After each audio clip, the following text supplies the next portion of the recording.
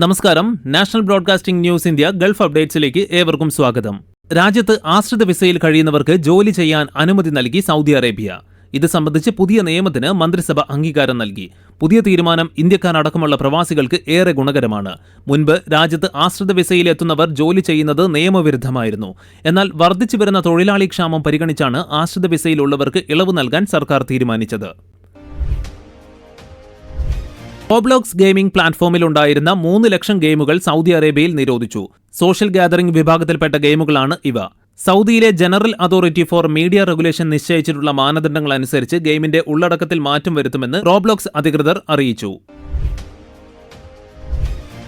School കുട്ടികളുടെ സുരക്ഷ ഉറപ്പാക്കാൻ പുതിയ മാർഗനിർദ്ദേശവുമായി അബുദാബി. 15 വയസ്സിൽ താഴെയുള്ള കുട്ടികൾ സ്കൂളിൽ നിന്ന് വീട്ടിലേക്ക് മടങ്ങുമ്പോൾ മുതിർന്ന ഒരാൾ കൂടെയുണ്ടാകണമെന്നും ഒറ്റയ്ക്ക് കുട്ടികളെ സ്കൂളിൽ നിന്ന് വിടില്ലെന്നുമാണ് പുതിയ നിർദ്ദേശത്തിൽ പറയുന്നത്. ഇത് സംബന്ധിച്ച നോട്ടീസ് കഴിഞ്ഞ ആഴ്ച രക്ഷിതാക്കൾക്ക് നൽകി. റോഡരികിൽ വെച്ച് വാഹനങ്ങൾ കഴുകരുതെന്ന മുന്നറിയിപ്പുമായി മസ്കത്ത് മുനിസിപ്പാലിറ്റി. വാഹനങ്ങൾ കഴുകുന്നത് മൂലം സ്ഥലത്ത് വെള്ളം കെട്ടിക്കിടക്കുകയും ദുർഗന്ധത്തിന് കാരണമാകുകയും ചെയ്യും. പിന്നീട് ഈ വെള്ളത്തിലൂടെ പകർച്ചവ്യാധികൾ ഉണ്ടായേക്കുമെന്നും അധികൃതർ പറയുന്നു. വീടുകൾക്ക് മുന്നിലും റോഡിന്റെ സൈഡിലും വാഹനങ്ങൾ കഴുകുന്നത് നിർത്തണം. ഈ പ്രവൃത്തിയിലൂടെ പാരിസ്ഥിതികവും ആരോഗ്യപരവുമായ പ്രത്യാഘാതങ്ങൾ ഉണ്ടാകുമെന്നും നഗരത്തിന്റെ സൗന്ദര്യം നശിക്കുമെന്നും അധികൃതർ വ്യക്തമാക്കി.